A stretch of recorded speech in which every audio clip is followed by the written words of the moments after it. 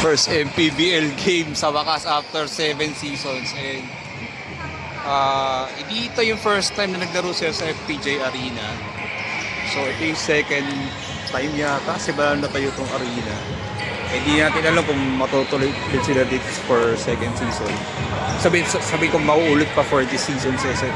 Kasi tutanda ko yung season 6, hindi isang best na sila din sa FPJ Arena.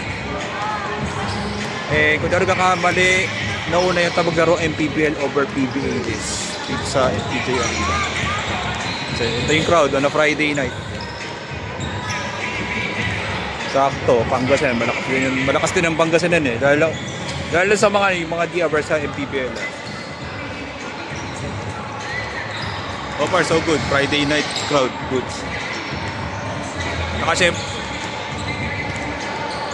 Tsaka gusto ko lang i-try kung madali bang umuwi dito ng 10 PM.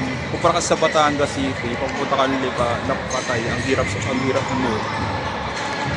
Higher chances na mas madali ka makakauwi through Lipa. Pag galing ka dito sa FPJ Arena, hindi sa usual na home court ng Batangas Tanduay from Batangas City. Sa experience ko kasi sa MPM, mahirap nang sumakay afterwards. Buti na lang umaga.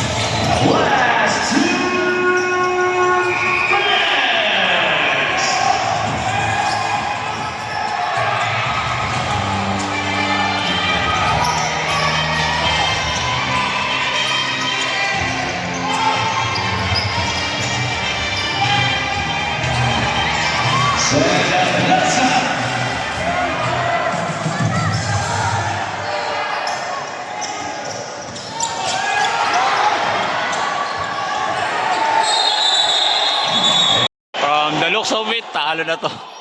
1 minute 8, ay free throw Pacific Manuel. Ayan batsihan na.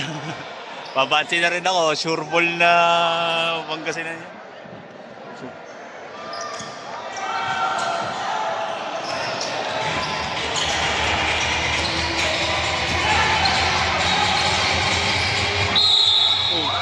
Ano pa?